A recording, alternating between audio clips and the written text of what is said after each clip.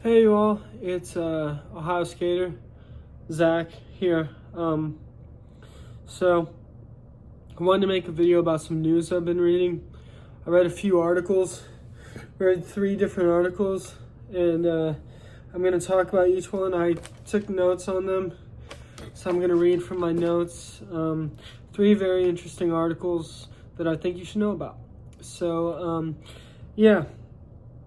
Let's just get right into it. So, the first one is called Capitalism Subverts Democracy by Matt McManus.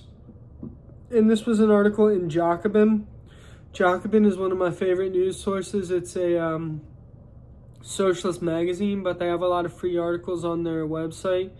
And I read it all the time, and it's very good. So, this one is about this one is a review of a book, and it's a book that I think I would like to read. The book is called The Democratic Marketplace by Lisa Herzog. And it talks about what it says in the book and different points she makes throughout the book. It seems interesting. So it said the article starts by saying, in recent decades, there has been rising inequality, shrinking free time, and growing concentration of economic and political power in the USA. So, the oligopoly, the 1% seizing more and more power through the economy and translating into political power through their funding of elections and things of that nature. Not funding of campaigns for elections, funding of campaigns for certain candidates. For their interests, you know what I'm saying, to cement more power. So this book, The Democratic Marketplace, talks about a lot of stuff like that. And so it says, Americans are working longer hours, and it is one of the only countries without mandated vacations, and cost of living continues to rise. So I think we should have mandated vacations. I think mandated vacations would be nice. I think everyone needs vacations, you know what I'm saying? So that's something we should move towards for sure. But cost of living continues to rise. Even with even someone who has a job, it is continuing to be hard for them to pay for their necessities, their shelter and their food and their clothing and stuff like that. Cost of living on the rise. That's definitely been a topic in the news a lot, especially with inflation we've been having over the past few years. So Donald Trump, the president, is working to castrate the National Labor Relations Board while redistributing billions upward to billionaires via tax cuts. So I think Donald Trump, he's really no friend of the working class, no matter how much he pretends to be. He is not good for labor relations or the conditions, labor conditions. He's not good. He's not good with for unions. He's not good for any of that. He does a lot of anti-labor things for sure. And he is definitely moving money upward to the billionaires for sure, with his tax cuts. And Lisa Herzog, the author of this book, The Democratic Marketplace, she's a professor of political philosophy at the University of Groningen or something like that. She wrote The Democratic Marketplace to promote ideas for a more just economy. So I think that's what everyone wants, a more just economy for sure. Everyone other than the 1% who are invested in the status quo. So for many years it was thought that the dreamy union of capitalist markets and democracy was the West's formula for success, but it's looking increasingly toxic. So the Western model, the model of Western democracy, the United States, Western Europe, all that good stuff, the United States, the UK, France, Spain,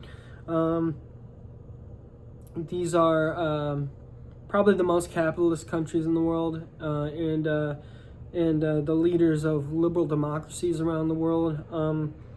But you know that model is becoming outdated for sure. I'm not saying I'm against democracy. I'm saying we need a different form of democracy for sure.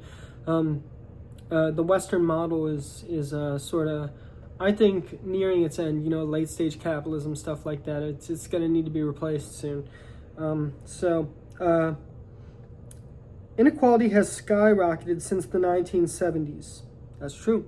The ratio of CEO pay to average pay in big U.S. companies is now about 300 to 1.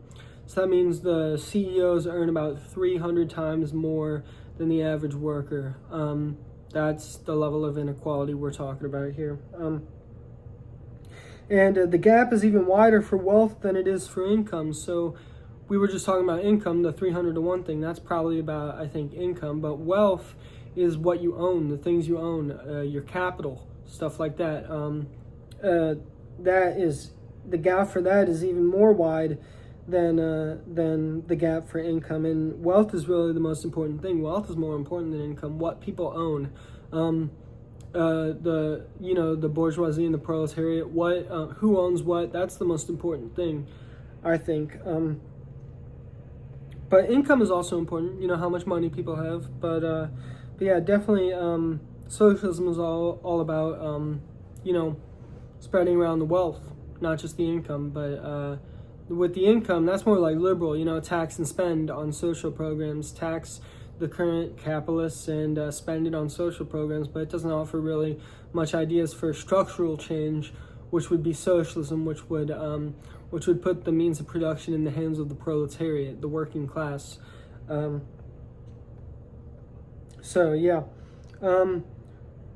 Largely fueled by declining rates of unionization, workers spend more time laboring than they want to. So yeah, we have seen a sharp decline in the amount of labor unions in this country, the United States of America. It's a damn shame because labor unions make societies more equal. Definitely, they do. That's obvious to me, to anyone who looks into that. We definitely need to bring back labor unions for sure. More of them again. Donald Trump talks about make America great again, going back to when America was great. He's kind of alluding to like the 1950s era, but I think what made America great back then was our labor unions, and Donald Trump doesn't want anything to do with labor unions. He pretends he likes unions, but he doesn't want to bring them back. I think to make America great again, you would have to bring back all those unions for sure. Yeah. Republicans in general don't really like unions, so in the USA, full-time means 47 hours per week, around 10 hours more than most of Europe. So 47 hours a week. Full-time is supposed to be 40 hours a week, but obviously bosses will try to get as much time out of you as they can. For sure, they don't really care about your free time or about your leisure. So 47 hours a week is what most full-timers work, which I think definitely needs to be lower. So one reason for all of this is that workers have very little democratic control over their workplaces, where they spend most of their waking hours. So yeah, that's the most important thing to me, is bringing democratic control to the workplace democracy. And you might think, well, how would that affect anything? Well, workplace democracy, to have real workplace democracy, you need to have the proletariat own the businesses. Workplace democracy doesn't work without social ownership, really. I mean, so when someone says workplace democracy, it's implied that they mean social ownership, that the workers own the means of production. That is really what's required for real economic democracy.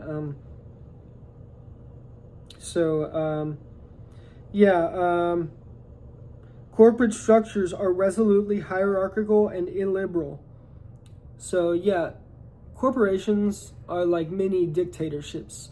Capitalist economies, which are made up of capitalist businesses, all these capitalist businesses are micro dictatorships. You don't get any freedom or democracy at work, but that's what socialists advocate for, is that we should have freedom and democracy in the workplace.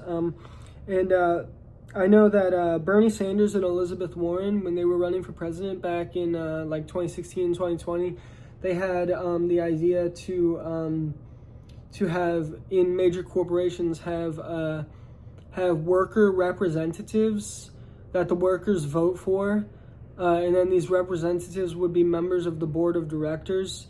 And I think that's a step in the right direction. They didn't want it to be the full board of directors, but they wanted some of it to be worker representatives, and I think that's a step in the right direction. That's a step toward full workplace democracy. I mean, from a reformist angle, which obviously Sanders and Warren are, that's probably the best thing you can do right now in the current system.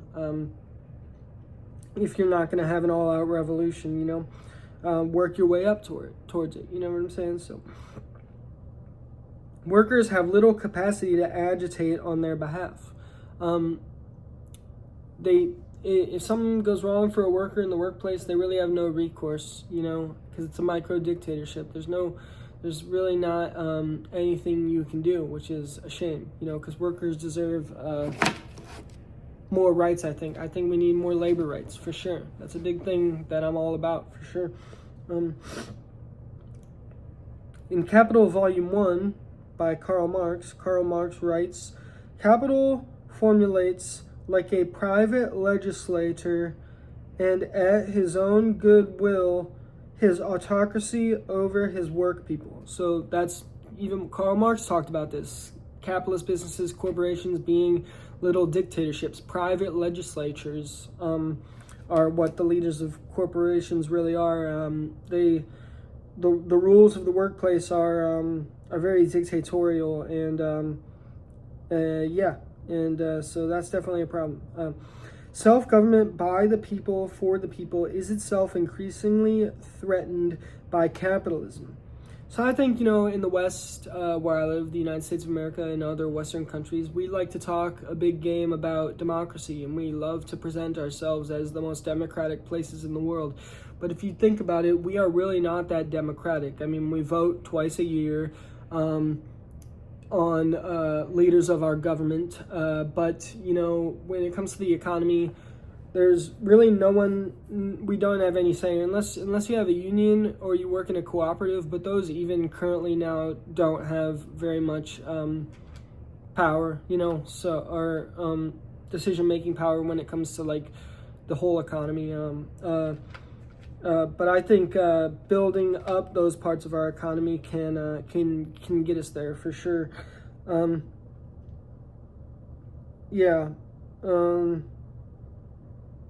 And capitalism is against that. Capitalists would not want to allow for that.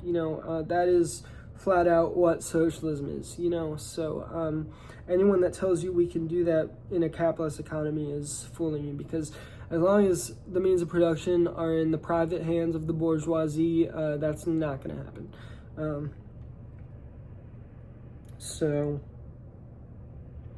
Herzog, the author of the book The Democratic Marketplace, describes an alliance of markets and corporations in which corporations have used economic power to gain political power. So like I said in the beginning of this video, the corporations, they obviously have a lot of economic power. They dominate the marketplace, and they use this economic power to gain also political power as well. They fund the campaigns of certain politicians who are basically in their pocket, who have their interests in mind, so they have more control over which laws get passed than the normal person. I mean, I think we do live in real liberal democracies. I think our elections are real.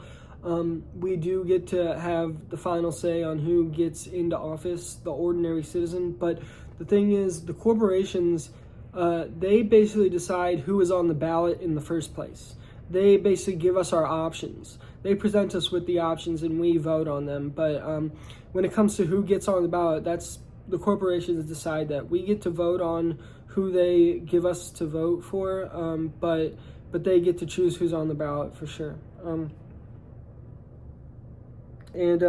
Oligopolies in many sectors have made the American economy less competitive. So oligopolistic markets are less competitive. There's less competition. It's people a lot of times think that big government threatens competition, but oligopolies, what we were just saying, they're like mini dictatorships. They are sometimes governments themselves. So when they become big, a big corporation is just as bad as a big government. You know what I'm saying? It's the same thing. They both make the market less competitive. Yeah, free markets, real free markets, many theorists say real free markets would not have oligopolies. It'd be impossible because there'd be too much competition. You wouldn't be able to prevent the competition. So oligopolies in many, I read that, profits are higher and customer benefits lower in these markets dominated by a few companies such as telecommunications and online services. So yeah, when they can stake out a part of the market and basically have an authoritarian hold over it, they're obviously going to be getting more profits because people have to shop there. There's no other option. And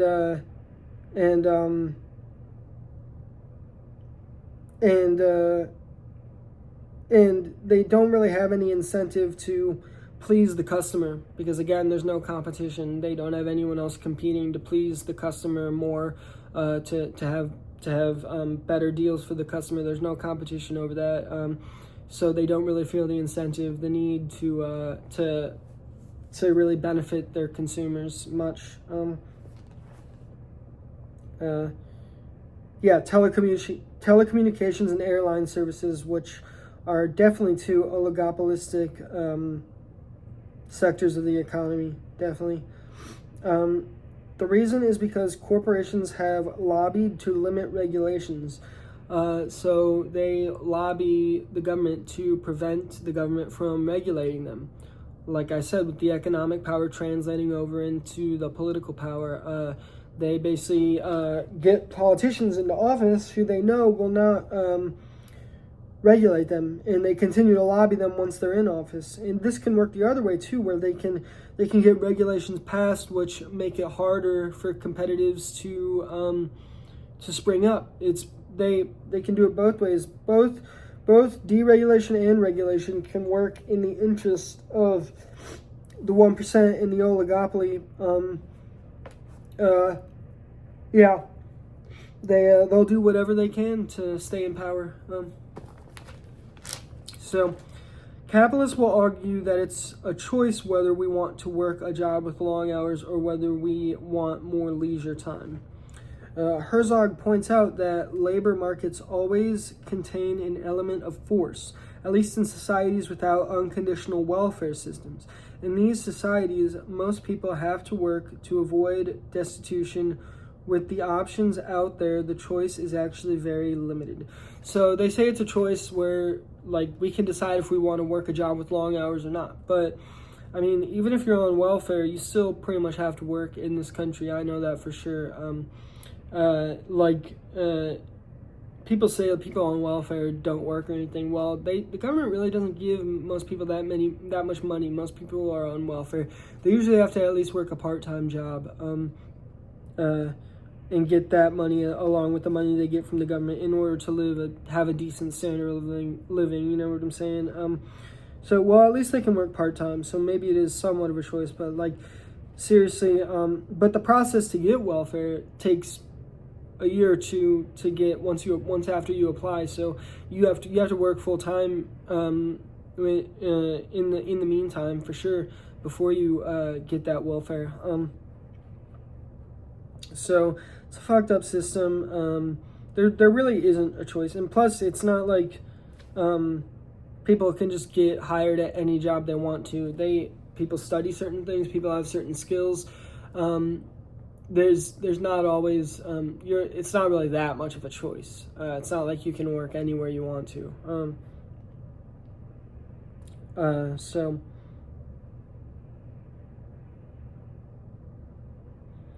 She points to polls that show people would prefer to work less than they do. Most people, I think it's common sense that most people would prefer to work less, definitely, have more leisure time. She says it doesn't have to be this way. Experiments with a 4-day work week in the UK and Iceland have been promising, with employees reporting feeling less stressed and depleted as they gained more time for family, friends, hobbies, and exercise. That makes sense. You're going to be less stressed if you have more free time, and if you're less stressed, you're going to do better at work when you are at work, for sure. You're going to so I think there's even benefits for the employer. Their workers are going to be happier, and they'll be less grumpy about doing all the work. They'll probably do it better and faster, and so I think it's a win for everyone. She says more free time could restore a sense of community in the U.S., which has been declining. So a sense of community, I've seen this talked about in other articles. It's about how the sense of community is declining in this country. People don't really feel connected to their communities anymore. It depends, there's still like community events you can go to, but I think less people are going to them and stuff like that. I go to community events sometimes, but more people are attached to their computers, want to stay at home, or they, like this article says, they have to work. They have to work, and maybe if they didn't have to work all the time, they could go to these community events and have more connection to their community.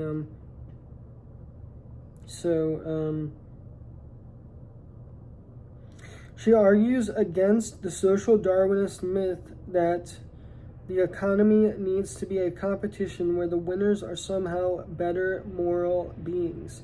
Meritocratic ideals are not just based on faulty premises, but have destructive social consequences. The winners imagine that they are on top because of their own insight and hard work, and they consequently owe nothing to the people at the bottom. The inverse tendency is that the lower classes internalize the view that their subjugation is due to their own moral failings. So we have this idea that rich people earned it legitimately, fairly. They don't need to help anyone else. They don't owe anything to anyone else. They're just perfect. They're on top because they are better than other people. And also the lower class tends to believe this as well, that they're less rich because they're just not as good of people. That's obviously bogus. There's a lot that goes into like who has what and how much money or wealth you have. Some people are born with rich parents who get inheritances, or who pay for them to go to Ivy League schools or something like that, or who inherit businesses, and there's some people who are born poor who don't get as many opportunities. Maybe their parents can't afford to send them to college. So there's definitely more that goes into it. It's too simplistic to say that rich people are just better people and lower class people are worse people. That's definitely not the case. That's definitely not the case. So Herzog replies to claims that her book professes we should abolish capitalism by saying it depends on what one means by capitalism and what they see as alternatives. I guess she's not super hardcore socialist. I would say this book would lend me toward a socialist opinion for sure. It's called The Democratic Marketplace. So presumably she's talking about like market socialism, but that's why I want to read it, because that's what I believe in. You know what I'm saying? So I think it could lend to ideas for like market socialism. A free market of democratic businesses, free markets combined with economic democracy. That's what I think. That's what I would support, and that's what I think she's really getting at. And then it says, but socialists and social democrats have long drawn attention to these same issues. So she says it depends what you mean by socialism or capitalism and what you see as alternatives, like whether or not we should really be socialists or not. But socialists and social democrats are the ones who bring up these issues. So, who else would do it, So, anyway, that's the first article.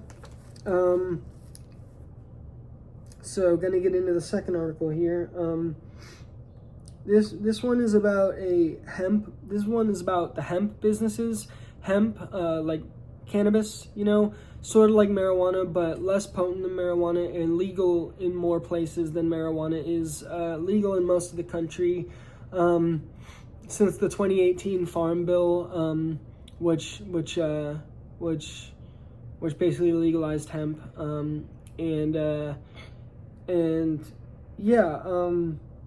This article was in Reason. Reason is another magazine. This one's a libertarian magazine. This is another one of my favorite news sources. So my two favorite news sources are like Jacobin, which the first article was, and Reason. Jacobin is socialist, Reason is libertarian, but I'm a libertarian socialist, so I like to read a little bit from both types of perspectives. So Reason is where I go to for libertarian news. And so the title of this article is "They Built a Hemp Business in Good Faith, but Washington's About to Crush It" by Brittany E. Hunter. Article on Reason's website. So, as the Senate prepared to vote on a funding bill to reopen the federal government earlier this month, November, so this is December 1st, so last month really, but I read this article yesterday, so this would have been November. Obviously the government was shut down and you have to pass a funding bill to reopen the government. They passed a funding bill eventually, but Senator Rand Paul warned that the legislation would regulate the hemp industry to death. So Rand Paul is a Republican, but he's sort of more of a libertarian type of Republican, classical liberal type of guy. He doesn't always fall in line with the mainstream Republicans. He often is much more libertarian. Buried in the resolution was a provision that would completely reverse nearly 7 years of industry progress and potentially wipe out small hemp-based businesses. So I've used hemp before. Hemp was great. I used hemp a lot before marijuana became legal in my state, and I still use hemp a lot, but they've started selling stronger hemp now that marijuana is legal. Hemp is like the weed you would get from a smoke shop rather than a dispensary. So there's you can get weed from cannabis from dispensaries, or you can get it from a normal smoke shop. But the cannabis at a normal smoke shop is more often hemp, whereas real marijuana, which is stronger, you get at a dispensary. But once they legalized marijuana, they've been selling hemp at the smoke shops that's just as strong as marijuana. I don't even know if it's really hemp, but that's what we're talking about here. So,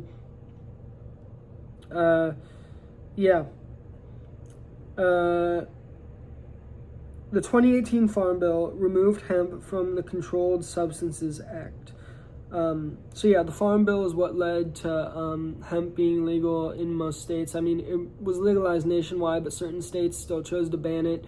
But it was basically legalized nationwide unless the state voted to ban it. But it's legal in most places, and it's legal in most places where marijuana is not yet legal. So a lot of people in these states would use hemp rather than marijuana because marijuana is not yet legal in their state, but hemp is.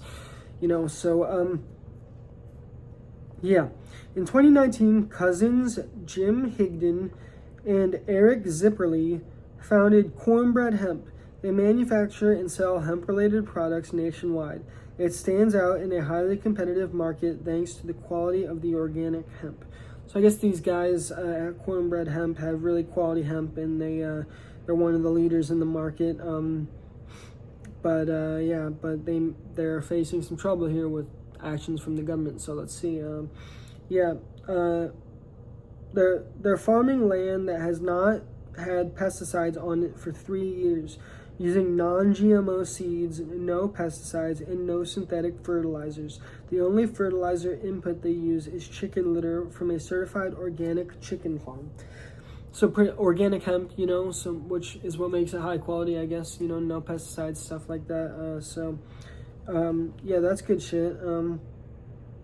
The quality has earned Cornbread a loyal and growing customer base, 60% of whom are over 66 years old and rely on their products to relieve chronic pain. So yeah, a lot of old people, even in my family, some old people use hemp or marijuana for pain with certain conditions they have. You know what I'm saying? It helps a lot of people. It's medicinal for sure.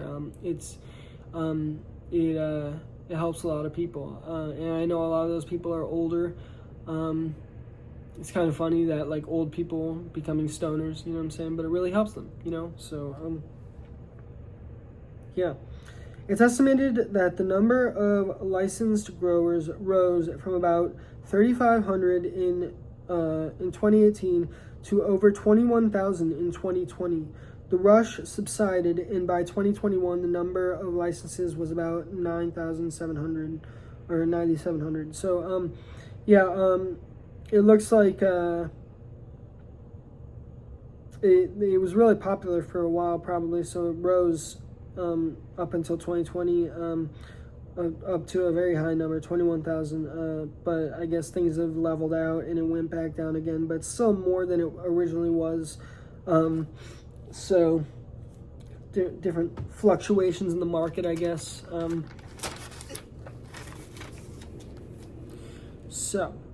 Industry estimates suggest that hemp markets support hundreds.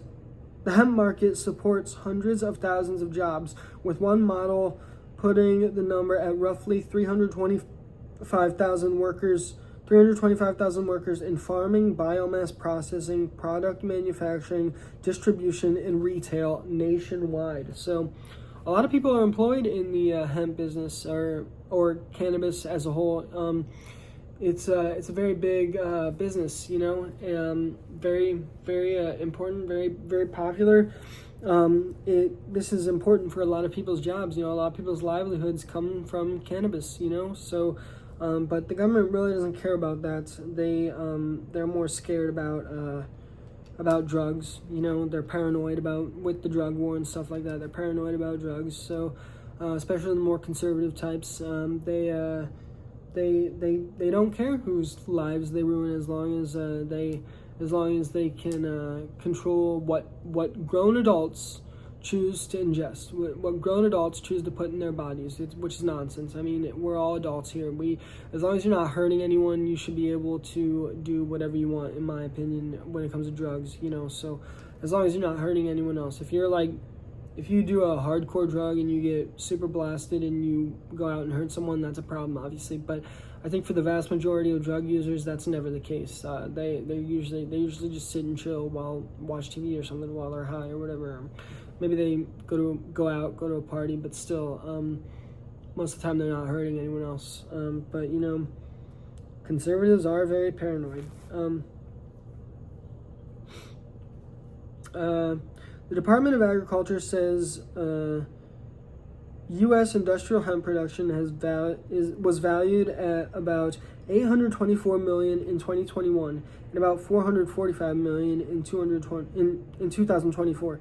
So yeah, we can see this trend again where it was a very high number and then it leveled off and went back down again, but still very significant for sure.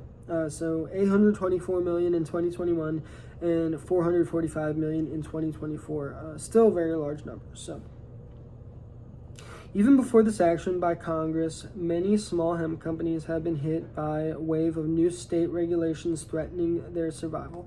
So I'm a cannabis user, and I've noticed this in my state, Ohio. I went to a smoke shop one time, and I was told that they were going to have to stop selling hemp products. Some law passed by the state government of my state, Ohio, and I was really pissed off about that. The smoke shops were going to have to stop selling hemp products. But apparently a judge blocked it and prevented that from happening. It still might happen, but later on. But temporarily, the judge has blocked it, and the smoke shops are still selling hemp. I've bought some recently, quite frequently actually. But yeah, the state is really going after it, and this article talks about Tennessee. In 2025, Tennessee passed a law placing the hemp industry under the jurisdiction of the state's Alcoholic Beverage Commission. So I guess whatever office they use to police alcohol is now being used as to police hemp as well.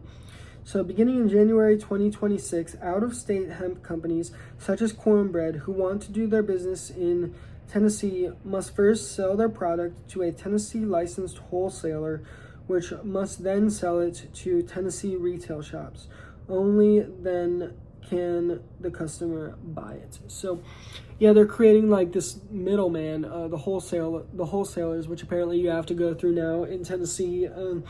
It's nonsense. It's needless. Why do you need to put a middleman in there? It doesn't make sense to me. I don't see what purpose this serves, but that's what they're doing. Cornbread could set up its own wholesaler and retail facilities in Tennessee, but doing so would be impractical and prohibitively expensive. So yeah, that would be too expensive. Setting up you being the middleman yourself, setting up your own wholesaler or retail places. That would definitely cost too much money for these businesses to do. So they're gonna have to go through a third party for sure. Tennessee's law infringes on hemp companies' right to earn a living and also violates the U.S. Constitution's Commerce Clause by discriminating against out-of-state businesses and shielding in-state interests from legitimate competition. So I guess according to this, the author of this article, they would say that states aren't even allowed to do this. It's against the Constitution. We'll see if this ends up in the Supreme Court, and we'll see what they say, but they did it, so, but politicians really don't care about the law or the Constitution anymore. That's obvious if you keep up with current events. They pay a lip service, but they really don't care, So, Cornbread Hemp has partnered with Pacific Legal Foundation to challenge the Tennessee law, but the federal bill has opened another threat to the hemp industry. So, like I said, the Supreme Court, stuff like that, Tennessee is challenging this Cornbread is challenging this Tennessee law. So they're going to take it to court and see what happens. I hope it gets overturned, but at the same time, Congress is fucking with the hemp industry, as we talked about earlier. So they're getting attacked from both sides, the states and Congress. It's really not good at all. The new rule is a death sentence to the hemp industry. If allowed to stand, it could eliminate 95% of all hemp cannabinoid products made in the USA. So, yeah, I think they said that they're making it so that the hemp has to be a certain level of THC, a very low level of THC. I guess I didn't write that down, but I'll say that now. But they're trying to make it so that all hemp is a very low level of THC, and Congress is. Let me see, and that will obviously kill most hemp products. That will obviously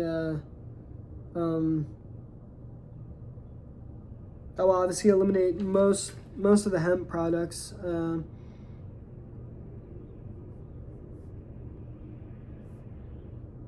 Which is a shame because hemp isn't really that dangerous for you.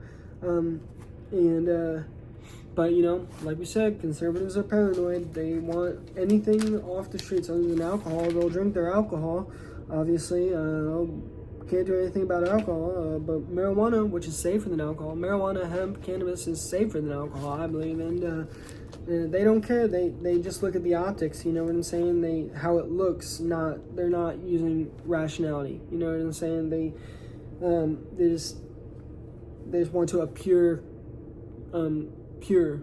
They want to appear pure. They want to appear pure and clean and like angels and stuff like that. Like, oh no one in our state does cannabis, but it's really not that bad for you. It's not as big of a deal as they think. So we'll see what happens with the hemp industry going forward. I'll be keeping track of that. So the last article was from another news site that I like, which is called Ground News.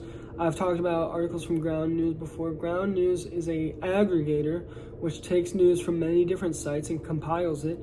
And it also rates the article based on bias. So it'll tell you what the biases of these articles are. They'll have a topic, and then they'll have many different articles on that same topic with various different biases. So they have some left, center, and right, and you can choose which ones you want to read. You can compare them, and yeah. So I chose, on this topic, I chose one from the center, the centrist bias. I thought it'd be best for the video, you know. So and it took me to, I found it on Ground News, and it took me to the Hawaii Tribune Herald, which I guess is a newspaper in Hawaii, but this article was actually from the New York Times News Service. So sometimes newspapers will take articles from other newspapers. If it's a bigger, more popular, more national newspaper, they'll syndicate this article to the more local newspapers. So yeah, and this article is called "Trump Pauses Domestic Applications for Asylum"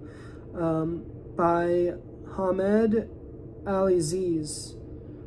So this one's about immigration, asylum. As we know, a lot of people are applying for asylum these days, whether it be people from the Middle East or whether it be people from Latin America, Hispanic people or Arab people, both of those people, because there's a lot of turmoil in these countries and people don't want to die. There's a lot of stuff going on where people could be targeted for death, and they're running for their lives, you know what I'm saying? But people don't really take that into account. They think that these are just people trying to come mooch off the United States, but this is different than the normal immigrant that you talk about, than even the normal illegal immigrant that just crosses the border from Mexico to get like a better job or something, send money home to their families. But when it comes to an asylum seeker, a refugee, these people are fleeing for their lives. They could die in their home country if they stay there. That's why they're coming here.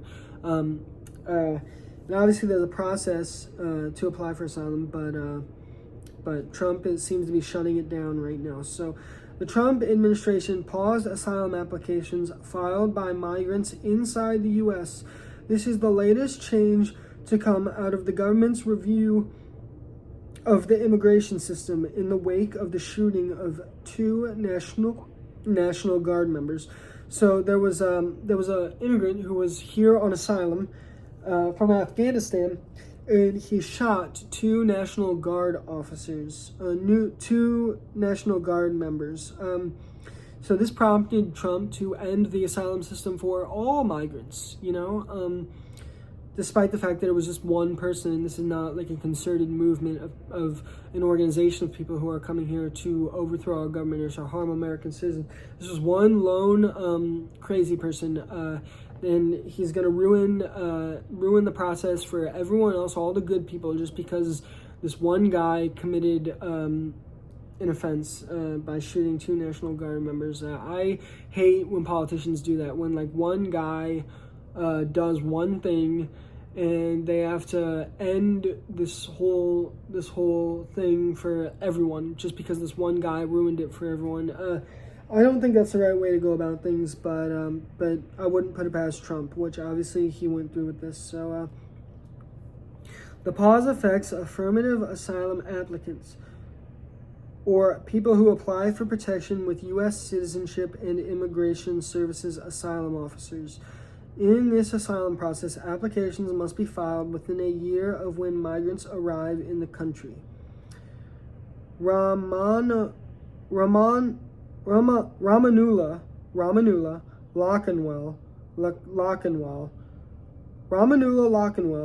the 29-year-old Afghan whom authorities identified as the one who shot two National Guard members in Washington on Wednesday, obtained asylum in April, according to three people with knowledge of the case who were not authorized to speak publicly. It was not clear whether it was affirmative asylum. So he ended affirmative asylum, but it's not even clear whether this guy was here on affirmative asylum. It could have been a different type of asylum. There are different types of asylum. But this guy was only 29 years old. I'm 28 years old. So imagine me at my age. I can't imagine anyone at any age, but really I can't. I feel like I'm still a kid. I can't imagine myself going out and shooting someone from the military. I don't. It's just crazy that he was around my age. He was 1 year older than me. You know what I'm saying? I mean, I don't know. I don't relate to it, but because I would never do that. But just very interesting how sometimes even young people do these things. So, USCIS, which is U.S. Citizenship and Immigration Services. So USCIS has halted all asylum decisions until we can ensure that every alien is vetted and screened to the maximum degree possible, said Joseph Edlow, the director of the Immigration Agency, in a statement on Friday evening. The safety of the American people always comes first, is what he said. So they're trying to vet these people better, get a better system for vetting these people. I think we do need a better system for vetting people because we have so many people we need to vet, and we're not vetting them fast enough. And so for different reasons, I would say, because we need to be able to vet these people faster. Our vetting system is broken, and so we have a lot of these people in limbo who don't really know what their futures hold yet because we were supposed to have a good enough system to vet them because we said that we agreed with these international human rights, so it's something we should have set up. But just because you agree with a human right doesn't mean you have the proper capability to allow your people to have it or people to have it.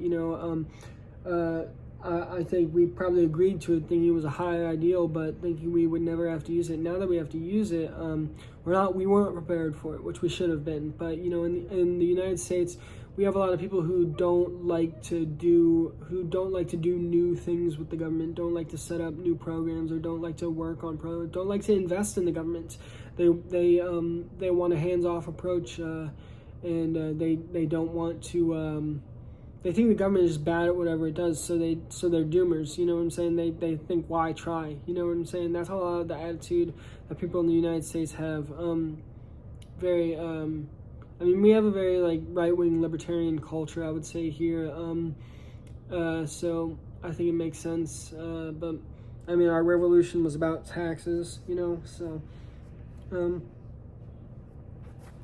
see what else. In recent days, officials announced that they were reviewing green cards given to those from countries banned from travel to the USA by the administration, paused all immigration applications from Afghan immigrants, and began a review of asylum requests granted during the Biden administration. Obviously, Joe Biden ended the war in Afghanistan. It was kind of a disastrous ending. He ended it all of a sudden, and then the Taliban took over again. So we did not win that war. That was a failure. Taliban took over again, but now there's a lot of people who were helping us when they were there that the Taliban will target because they were all on our side when we were there. So I think we need to let these people into our country for sure because again, they are refugees. They will die if they stay there. They will be targeted for being allies to the United States. So I think we owe them that, but there's a tendency, I think, for a lot of people in the USA, or a lot of uneducated people, to treat everyone from places like the Middle East like they're all the same, like they're all against us, like they're all our enemies. But that's obviously not the case. We had allies there, you know what I'm saying? We had people that were helping us. You can't just say all people of one race think the same. That's stupid. That doesn't even make sense. Like I said in the last video, race is a social construct. So, all people can be any type of way, regardless of race. You know what I'm saying? So we definitely had allies there that we owe them, So we can't leave them high and dry.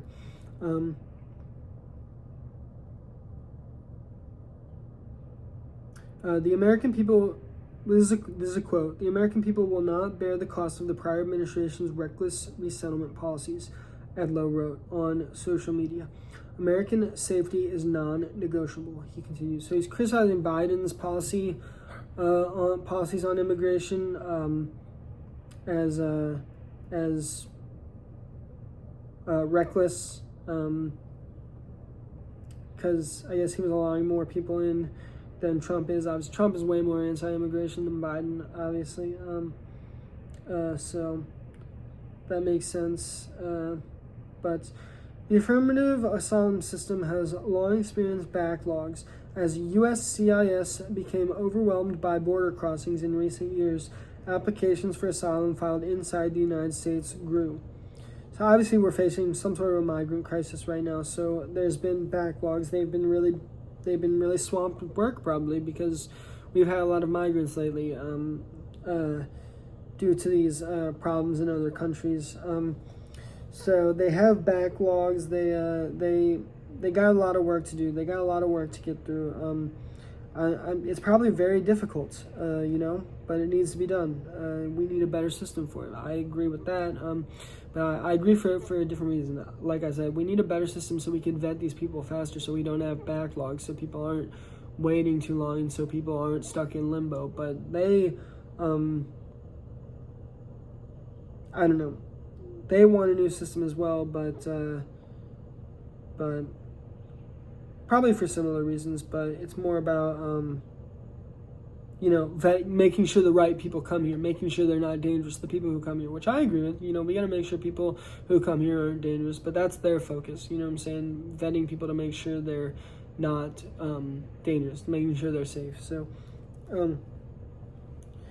in July 2024, a report from the Homeland Security Department's Inspector General found that at the end of the 2023 fiscal year, USCIS had more than 1 million asylum cases pending determination. Of those, more than 786,000 affirmative asylum cases had been pending determination for more than 180 days. So that's a long time. More than 180 days is how long most of these affirmative asylum cases have been pending determination. 786,000 of them have been pending determination for over 180 days. So they have a lot of work to get done. They have more than 1 million asylum cases. It's taking too slowly for the government. They're working too slowly. I think they need a better system. They need to be able to vet these people faster.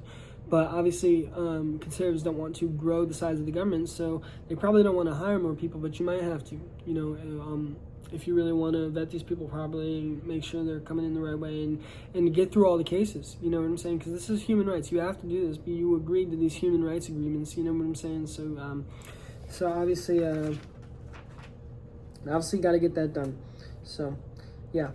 Anyway, those were the 3 articles I read yesterday and took notes on them, and news articles I found interesting from various news sources that I like. And if you have any opinions about these articles I read, anything to say, please comment. If you have any responses to my opinions, please comment. I think this was a really good video, almost an hour long. I like long videos. I like long content. I like the sort of podcast format. It's not really a podcast because it's not on a regular schedule, but I like the sort of podcast format. I've been working with podcasts and vlogs. I think that's what I'm good at. I'll have more content like this for sure. And I hope you enjoyed. So talk about this in the comment section. Talk about this with people in your life as you come across them. I'll try to include the sources in the description of this video so you can read them yourselves, but everything I said is right from the article. I peppered in my opinion throughout a lot of it, but I basically said everything that was in those articles, but I'll include the links to those articles. So like, comment, subscribe, and stay tuned because there's more content coming on the way. Like I said, we're getting this channel back up and running, back to where it was before, hopefully better than what it was before. Hopefully we can gain more popularity. So share this with people in your life. If you don't share this video, at least talk about the news stories with people in your life. It's very interesting stuff. So, peace.